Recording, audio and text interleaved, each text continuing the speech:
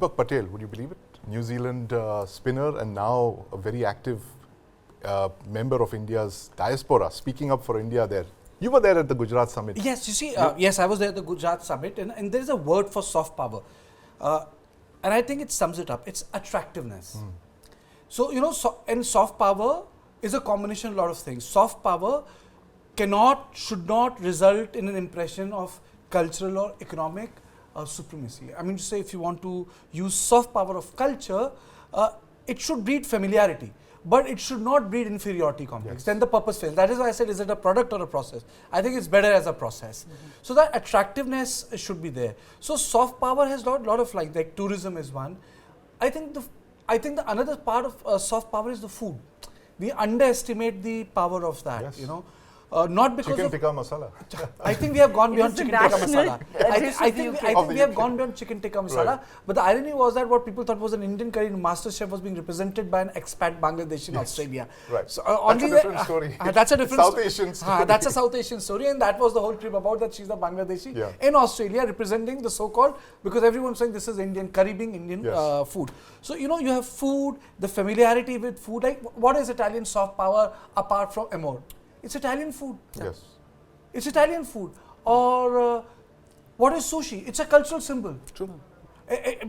I mean to say, sushi was just not food in India. Sushi was 10 years ago was class in India. Right. 15 years ago, if you said sushi, it meant that you were coming from there. Yes. So today it's takeaway. Today it's on Zomato. Takeaway. So I think there are multiple strands, or like classical music, dance. Those are various strands of soft power. Issue is how have we harnessed it. I think the takeaway from Modi is, again I would say, his diaspora approach. Yes. I think that is something which is very, very important to his soft power. Through them, he makes a difference to the capitals they live, people. And second, it makes an impact back home. So there are two things happening. One is the heft and the second is the pride. Right. So heft and pride become two fulcrums of soft power because you don't really require boots on the ground. Yes. Can I in fact just build on that? You know, earlier Kartik referred to marketing and communication. I have to say that when it comes to marketing and communication, there's nobody better than Prime Minister Modi. Yeah. He is a marketing genius. Yep. He has sort of revolutionized political communication. I mean, the Alan way Modi, he reaches Howdy out Modi. to people. Howdy Modi. These are events that had never been seen under any other Prime Minister before. You know, even recently when the French President was here in town, Prime Minister Modi and he held a roadshow together in Jaipur. Right. You know, you and I earlier were talking, Sandeep, about how diplomacy has been taken outside of the capital. Yes. The Prime Minister has repeatedly taken the Chinese president, for example, to Ahmedabad, to Mamallapuram, the French president going to Jaipur. That happened with the G20 presidency. And going back to the masterful oratory that he has this command there is over. a reason you have to understand in the West. People win elections. And what they don't get, and there is a word in Hindi for that, Lokpriya Neta. Now you can argue and you know, a critique can be that, you know, all the Lokpriya Netas are in dictatorial countries, you know, this public expression for the love of the leader like North Korea to, you know, even Putin cannot do it. But for them to see that in a democracy, someone who has to get elected every 5 years. Elected 5 years is something which they cannot fathom, you know. When was the last time that a politician, leave alone the Prime Minister of a country, was referred to as a rock star? I have not seen that in my lifetime before. Every time you were talking about his diaspora connect, which is unprecedented and unmatched. Right. Sandeep, we've seen this. Every time he's addressing the diaspora, whether in the United States or Australia, he gets a rock star reception. He gets a rock star reception. People He does it in Madison Square Garden. Huge numbers. Imagine to address you know, a sold out Madison Square Garden. You've had situations where President Biden has told him, dude, you're so popular, you'll get me into trouble. I'm getting way too many calls. Everybody wants getting into trouble anyway. No, but that's interesting. You know, Madison Square Garden is where you had the concert for Bangladesh in 1970. George Harrison organized it. Exactly. And half a century later, you have an Indian Prime Minister there. So it's not without reason that they call him a rock star. The rock star analogy is absolutely right. But you know, if I were to take it one step further, I think Modi is pretty much the multiplex film. there is something in it for everybody. There are 4 theatres, 5 theatres, 6 theatres, 8 theatres. Yeah. You will have different forms of Modi playing out to different galleries. And that is what lends him that popularity, that credibility, and that appreciation from the diaspora, from the non-diaspora settled abroad, from affluent Indians, from those who live in the farm sector. Maybe farmer protest right now is an aberration, but pretty much all the castes within India that Modi has spoken about, and all the castes that rest outside of India, he gets a resounding welcome everywhere. It's interesting. So, that leads me to another question to Kartikeya, because you track the Congress and politics so closely. There have pretty much been only 3 Indian Prime Ministers with this kind of charisma. Before Prime Minister Modi, there was Mrs. Indira Gandhi, and before that, there was Pandit Jawaharlal Nehru. How is the Modi charisma different from his predecessors? I think there are a couple of things. Jawaharlal Nehru was successor of Mahatma Gandhi, and the sort of the values he tried to bring united the entire nation behind him. For example, he is the first Prime Minister to have fought an election on secularism. On communal harmony. I don't think any election barring 52 was on communal harmony. So people loved him for who he was, despite making big mistakes. Indira Gandhi was apogee of nationalist politics, powerful India. Prime Minister Modi, I would say, is more about aspirational India. But I would again say that time has come that the comparison of Modi will not be made with Indira Gandhi. It will be made with Jawaharlal Nehru. And I'll give you the reason. There is no Indira Gandhi School of Foreign Policy. There is no Indira Gandhi School of Governance. That cannot be, because emergency has really started the record of Indira Gandhi. There is no Indira Gandhi School of Governance. But there is a Nehruvian way of life. There is a Nehruvian aspect of foreign policy. There is a Nehruvian understanding of the Indian society, which is lecite. Hard secularism of the French type. Here is a civilizational man. So the comparison will be with both of them, but entirely 2 different poles. And I think so Panchamrut replacing Panchsheel. I would say that Nehru was far more inspired by Buddhist motifs. If you read Nehru, he is drawing a lot of inspirations from various religions. Prime Minister's inspiration flows from Vasudev Kutumbakam.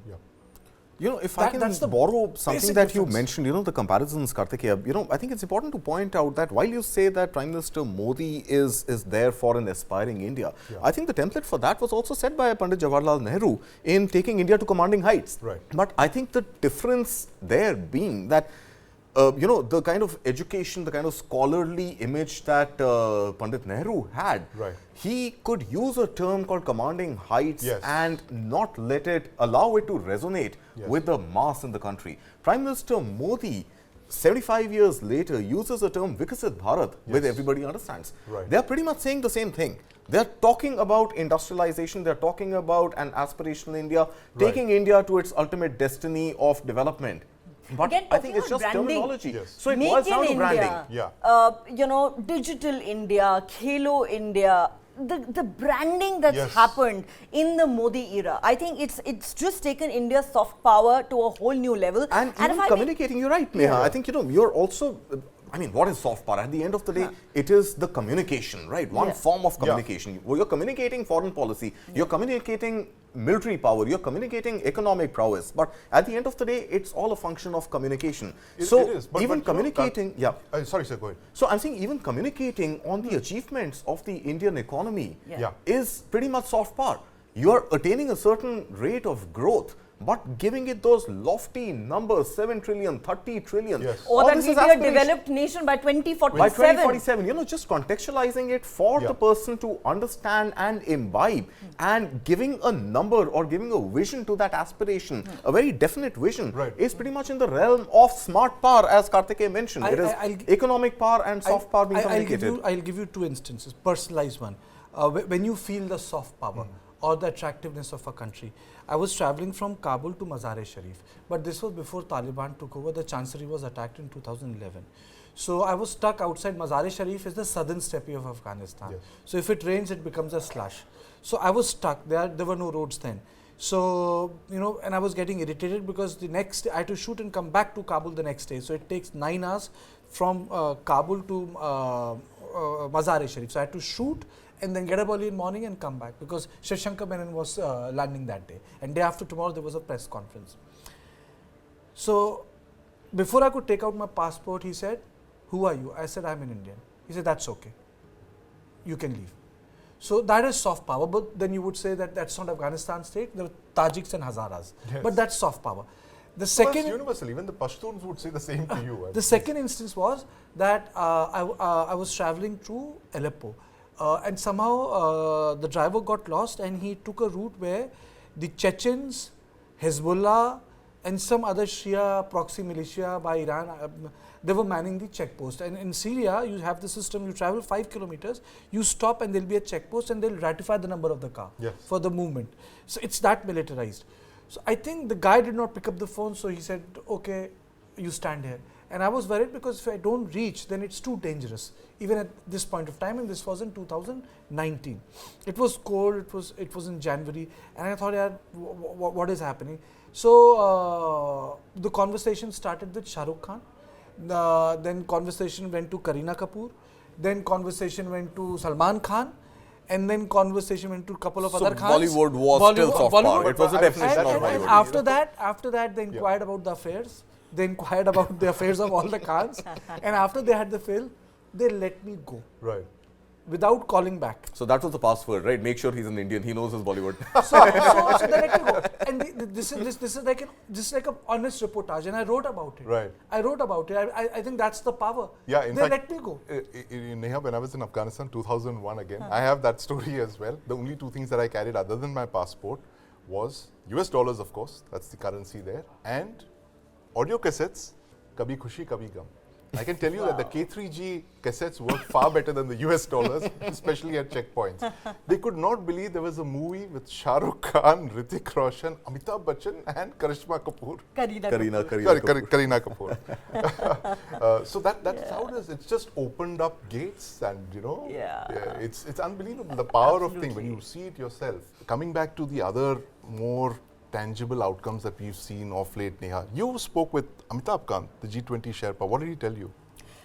We talked, of course, about how big an opportunity it was for India on the global stage, and also the challenges, of course, that come with shouldering such a big responsibility. Right. But I think the one thing that really leapt out at me in that conversation was when he repeatedly said that we are executing the vision of Prime Minister Narendra Modi, and his vision is that this is going to be a people's presidency. Right. We're going to take it to the people of India. We're going to take it outside of Delhi, like I said earlier, to small towns, smaller cities, tier 2, tier 3 cities, all the way from Kashmir to Kanyakumari. There were some 200 events, cultural events, where India's cultural heritage was on display, and culinary heritage, and everything coming together beautifully with participation from the Indian people. And he said this is unlike any other presidency. It's never happened before, but we're going to set a very high bar for those who follow us. In fact, let's watch that interview that you did of Amitabh Kant. Let me ask you this. Do you believe that India can evolve a consensus and bring all the G20 nations together on the global challenges that we currently face, addressing issues like climate change, food security, energy security crisis, supply chain disruptions? You talked about the need for the world to move towards a more inclusive and sustainable growth and development model. How much of a role do you think India is likely to play through the G20 summit? No, India is playing a very critical role. India will evolve a consensus on all these issues, on all developmental issues, including growth, including financial inclusion, including climate, including many of these areas. We'll evolve a consensus. That's our job as leaders of G20 to evolve, and we'll fully succeed in that. Streaming on News9 Plus. News is now content. Subscribe and get free vouchers.